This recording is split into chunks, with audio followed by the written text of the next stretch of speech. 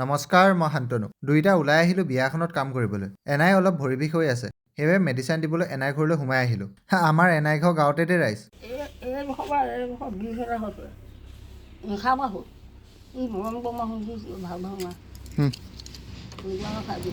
ভাত খালা নাই? ভাত খালা যদি টেবলেট এটা খাই দিব এতিয়া। হা? এই ঠাণ্ডা পানী গৰম পানী কিবা এটা খালেই হ'ল আৰু। টেবলেট কেইটা দি গাড়ীখনৰ ওচৰলৈ আহিলোঁ। এইজনী আমাৰ ঘৰৰ কুকুৰজনী। মই গাড়ী বাইক লৈ আহিলে পিছে পিছে বহুত দূৰলৈকে খেদি আহে। ঐ তই ঘৰলৈ যাগে যা, যা ঘৰলৈ যাগে যা, আহিব নালাগে যা। তই ক'লৈ যাৱ? তই ঘৰলৈ যাগে যা। বিয়াঘৰৰ গলিটোৱে সোমাই আহি বিয়াঘৰ পালোহি দে ৰাইজ। গাড়ীখনৰ পৰা ৰাজদীপে কেমেৰা বেগকেইটা উলিয়াই ল'লে আৰু মই লাইটৰ বেগকেইটা উলিয়াই লৈ বিয়াঘৰলৈ সোমাই আহিলোঁ। আজিৰ দিনটো আমাৰ ঠিকনা ইয়াতে আৰু কইনাৰ ঠিকনা ইয়াত দে ৰাইজ। ৰাজদীপক লাইটবোৰ ফিটিং কৰিবলৈ দি মই আহিলোঁ গাড়ীখন পাৰ্কিং কৰি ল'বলৈ। গাড়ীখন পাৰ্কিং কৰি পুনৰ বিয়াঘৰলৈ আগবাঢ়িলোঁ। খৰাহী, জাকৈ, পাচি, চেপা, খালৈ, দুকুলি এইবোৰ যদি ঢকুৱাখানাৰ আশে পাশে পেণ্ডেলৰ ডেক'ৰেশ্যনত দেখা পায় তেতিয়া গম পাব দেই ৰাইজ, এইটো ধনশ্ৰী টেণ্ট হাউচ বুলি। এয়া আজিৰ কইনা দৰ্শনা বা। মাক দেউতাকৰ লগত ফটো মৰাৰ পাছতে ককায়েক, বৌয়েক, ভতিজাকৰ লগত ফটো মাৰি ল'লোঁ। তাৰ পাছতে আমিও খাবলৈ আহিলোঁ। খোৱাত আছিল ছাগলী মাংস, মাছ, দালি আৰু কিবা কিবি। ভাত খাই আহি দেখিলোঁ এইফালে ভিৰ হৈ আছে। লগে লগে ফটো মৰাত লাগি গ'লোঁ। ভিতৰত মালাগাঠি আছে বুলি খবৰটো পোৱাৰ লগে লগে ফটো ভিডিঅ' ল'বলৈ আহিলোঁ। আমি পাওঁতে পিছে এডাল কমপ্লিট হ'লেই। ছেকেণ্ডডালৰ বাবে এইফালে বৰ্তাহঁতে ৰছী ঠিক কৰি আছে। বাহিৰত আহি মহিলাসকলক ফটো মাৰি থাকোঁতে ভণ্টিজনীয়ে ক'লে, ৰীল এটাকে বনাওঁ। লগে লগে মানুহ ঠিক কৰাত লাগি গ'ল। ফোন ধৰাৰ দায়িত্বটোহে পিছে মোৰ আছিল।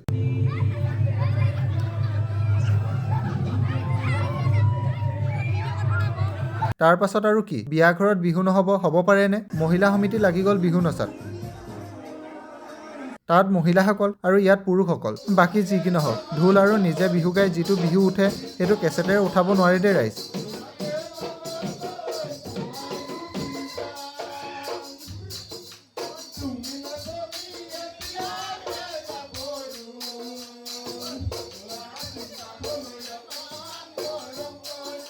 ৰাতি জীয়ৰীসকলে কইনাক উলিয়ালে।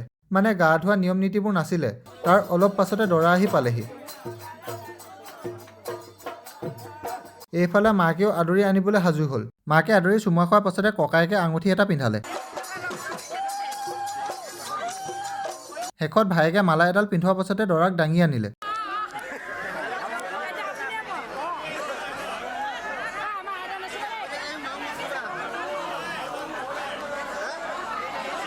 বিয়া কাম কৰি গা ধুবলৈও সময় নাই দেই ৰাইজ, সেইবাবে চুলিত উফি হৈ গৈছে।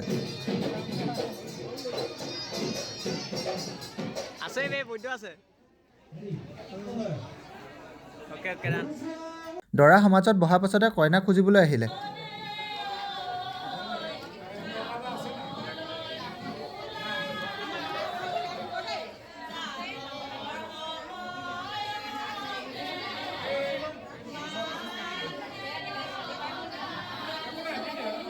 কইনা অহাৰ পাছতে দৰা, কইনা, সখীয়েক সকলোৱে সেৱা কৰিলে আৰু বিবাহৰ কাম আগবাঢ়িলে। দৰাক কইনাই সেৱা কৰাৰ পাছতে ইজনে সিজনক বৰমালা পিন্ধালে।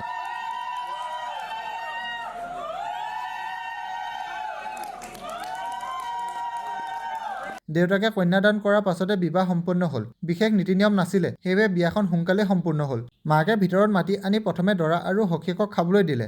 এইটো নিয়ম পিছে মই প্ৰথমবাৰ দেখিছোঁ দেই ৰাইজ, কইনা আৰু দৰাক বেলেগ বেলেগকৈ খাবলৈ দিয়া। আগৰ বিয়াবোৰত লগতে পাকঘৰলৈ নিয়া দেখোঁ। পিছত কইনা আৰু কইনাৰ লগত যোৱাগৰাকীক খাবলৈ দিলে। মাক দেউতাকক সেৱা কৰাৰ পাছতে মাকে দৰা কইনাক উলিয়াই দিলে।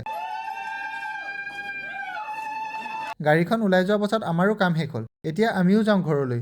বাৰু আজিলৈ ইমানেই। নতুন ভিডিঅ' এটা লৈ মই পুনৰ প্ৰকট হ'ম। বাই।